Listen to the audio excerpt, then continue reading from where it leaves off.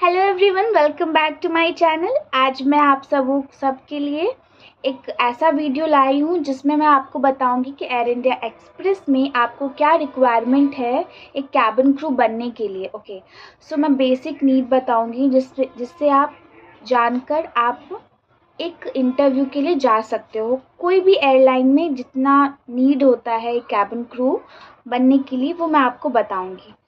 So basically मैंने 10 points लिखे हैं बहुत इन्फॉर्मेशन लेकर। तो 10 पॉइंट्स में फ़र्स्ट ये है कि बहुत सारे ऐसे लड़कियां लड़के मेरे से पूछते हैं कि 10th देकर क्या मैं ये इंटरव्यू दे सकती हूँ एक्सप्रेस के लिए या कोई भी एयरलाइन के लिए। सो नहीं, बेसिक नीड होता है 12th डिग्री आपको करना ही होगा एक क्रू बनने के लिए। दूसरा ये कि आपका एज एटलीस्ट 18 अबव होना चाहिए और 27 एज से नीचे होना चाहिए, क्योंकि उससे ज़्यादा एज के लोग को फ्रेशर को वो लोग नहीं लेते हैं। एटलीस्ट आप लोग एक्सपीरियंस होंगे तो ज़रूर ले लेंगे, बट आपको फ्रेशर हो आप 18 से 27 एज तक ही आप दे सकते हो as a fresher cabin crew interview. Okay, third point ये है आपका एटलीस्ट 157 सेंटीमीटर से ज़्यादा हाइट होना चाहिए। उससे कम हाइट के लोग को वो लोग नहीं लेते। अगर आप लड़की हो तो आपका एटलीस्ट 157 सेंटीमीटर होना ही चाहिए।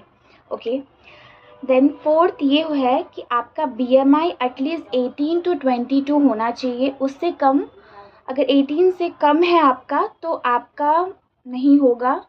बीएमआई क्या होता है एक्चुअली? आपका वेट, आपका हाइट, आपका एज, तीनों को मिलाकर कैलकुलेट करके बनाया जाता है कि आप हेल्दी वेट हो, अबव वेट हो या अंडर वेट हो। सो वो आप ऑनलाइन चेक कर सकते हो, बीएमआई कैलकुलेट होता है, आप जाके कैलकुलेट कर सकते हो कि आपका बीएमआई प्रॉपर है कि नहीं। तो एटलीस्ट बीएमआई का रेंज होना चाहिए 18 टू 22। 22 से ज़्यादा हुआ तो आपको नहीं लेंगे वो लोग, आप उनके लिए आप ओवरवेट हो जाओगे, और 18 से कम हुआ तो आप अंडरवेट हो जाओगे। सो अब थोड़ा ध्यान देना, वो चीज़ बहुत इंपॉर्टेंट है। हाइट और वेट तो बहुत इंपॉर्टेंट है। ओके, देन फिफ्थ ये है कि आपको इंग्लिश आपका फ्लुएंट होना चाहिए। फ्लुएंट मीन्स एटलीस्ट इतना होना चाहिए कि आप जो बोल रहे हो वो सामने वाले को समझ आ जाए कि आप क्या बोलना चाह रहे हो, उसको डिलीवर आप प्रॉपर कर पाओ जो भी आप बोलना चाह रहे हो।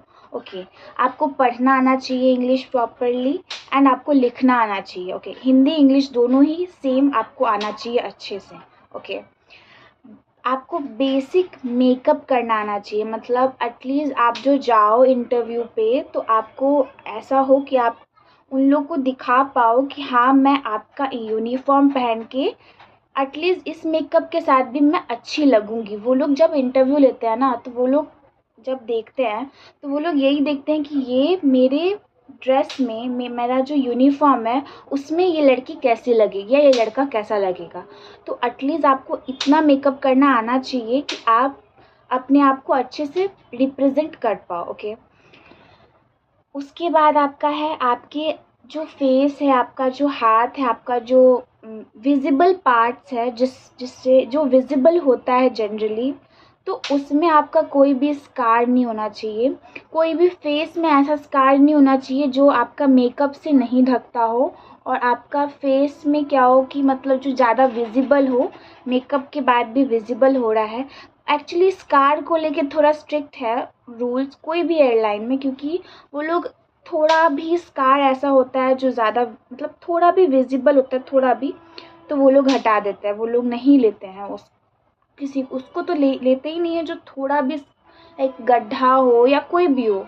आप बता दोगे, मे बी वो डिपेंड करता है मूड पे, कि जो एचआर होता है उसके मूड पे डिपेंड करता है, वो ज़्यादा चेक करते हैं किसी को ज़्यादा चेक नहीं करते हैं। तो वो आप, बट फिर भी ज़्यादा स्कार है तो आप ना ही जाओ, पहले ही रिजेक्ट हो जाओ, वो ज़्यादा बेहतर होगा आपके लिए। बट ट्राई करना कि आपका कोई स्कार ना हो। ओके, उसके बाद आपका कोई विजिबल टैटू, आप टैटू कराना ही मत अगर आपको कैबिन क्रू बनना है। और अगर विजिबल है तो फिर पॉसिबल है नहीं, अगर नॉन विजिबल है तो फिर चांसेस है कि आपका हो सकता है, पर टैटू ना हो तो बेटर है। ओके, सबसे इम्पॉर्टेंट, सबसे मेन चीज़ ये है कि आपका पासपोर्ट होना चाहिए। बिना पासपोर्ट के आप इंटरव्यू नहीं जा सकते। मान लीजिए आप पासपोर्ट अप्लाई किए हो तो आप ये लिख सकते हो अपने सीवी में कि आपका पासपोर्ट अप्लाई हो चुका है, मतलब इशूड हो चुका है, आपका इतना डेट तक आ जाएगा, तो ओके है, तब कोई दिक्कत नहीं है, ठीक है। बट इफ़ अगर आपका पासपोर्ट अप्लाई नहीं हुआ है तो आप लोग, कोई फ़ायदा नहीं है यहाँ इंटरव्यू देने का, कोई भी फ़ायदा नहीं है। तो आप लोग या तो अप्लाई कर लो, आपको बनना है तो, या तो आप अप्लाई करके भी जा सकते हो, कोई कोई बड़ा बात नहीं है। ओके, उसके बाद है आपका सीवी होना चाहिए प्रॉपर। सीवी कैसा होना चाहिए वो आप सर्च कर सकते हो ऑनलाइन, बहुत सारे यूट्यूब में वीडियो बनाए गए हैं कि सीवी कैसा होना चाहिए एक कैबिन क्रू के लिए। फिर भी आपको अगर सीवी के लिए अगर आपको जानना है, इंफॉर्मेशन कर चाहिए, तो आप मुझे कमेंट कर देना, मैं सीवी के ऊपर भी एक वीडियो बना दूँगी कैसा सीवी होना चाहिए। ओके, मतलब इतना आपको एटलीस्ट आपके पास इतना नॉलेज होना चाहिए कैबिन क्रू इंटरव्यू जाने से पहले, जितना मैंने आपको बताया। ओके, ओवरऑल आपका ये होना चाहिए कि आप जो भी बोल रहे हो, कई बार क्या होता है ना, कितने लोग ऐसे होते हैं जिसको इंग्लिश प्रॉपर नहीं आता, स्टिल वो लोग इतने कॉन्फिडेंट होते हैं, उनके बोलने के तरीके इतने अच्छे होते हैं कि वो लोग अपनी बात को इतने अच्छे से डिलीवर करते हैं कि इफ़ अगर इंग्लिश रॉन्ग भी हो ना तो वो लोग को समझ नहीं आता, इंटरव्यूअर किसी को भी, कि यार ये इंग्लिश रॉन्ग बोला। ऐसा नहीं, आपको बोलना आना चाहिए अच्छे से, आप फ्रेंडली होने चाहिए, आपको घूमने में इंटरेस्ट होना चाहिए, तो आप इस जॉब के लिए परफेक्ट हो। So that's it. आपको कॉन्फिडेंस बहुत अच्छा होना चाहिए कि आप जाओ तो आपको देख के लगे कि हाँ चलो ये नर्वस नहीं है, तो ये अब इस काम को प्रॉपरली कर लेगा, क्योंकि आपका मेन काम यही होगा कि आप अलग अलग लोगों से मिलोगे, अलग अलग तरह सिचुएशन हैंडल करोगे, तो वो आपको आपकी शक्ल पे नहीं आना चाहिए कि यार क्या होगा, यार ये स्ट्रेस है, यार यार मैं क्या करूँगा, यार मैं क्या करूँगी अगर ये मुझे ऐसे डांट देगा, यार ये मुझे ऐसे कर लेगा। ऐसा नहीं होना चाहिए, आपको ये होना चाहिए कि नहीं, मैं ये कर लूँगी, मैं इसको संभाल लूँगी, हर सिचुएशन को प्रॉपरली संभाल सकती हूँ, वैसा इंटरव्यूअर को शो करना है कि हाँ मेरे से हो जाएगा। आप कोई स्ट्रेस वाला बात नहीं है, ऐसा कॉन्फिडेंट होना चाहिए आप, ठीक है।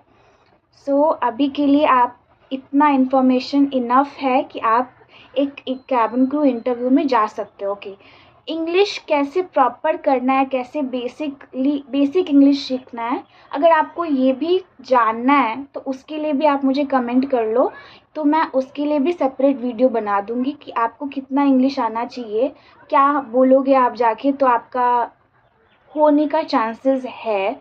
तो उसके लिए भी अगर आपको जानना है तो वो भी आप मुझे कमेंट कर सकते हो, मैं उसके लिए भी सेपरेट वीडियो बना दूँगी। ओके, अभी के लिए इतना ही, और अगर आपको ये वीडियो अच्छा लगे तो आप लाइक एंड सब्सक्राइब दोनों करना, मैं ऐसे इन्फॉर्मेशन और लाती रहूँगी।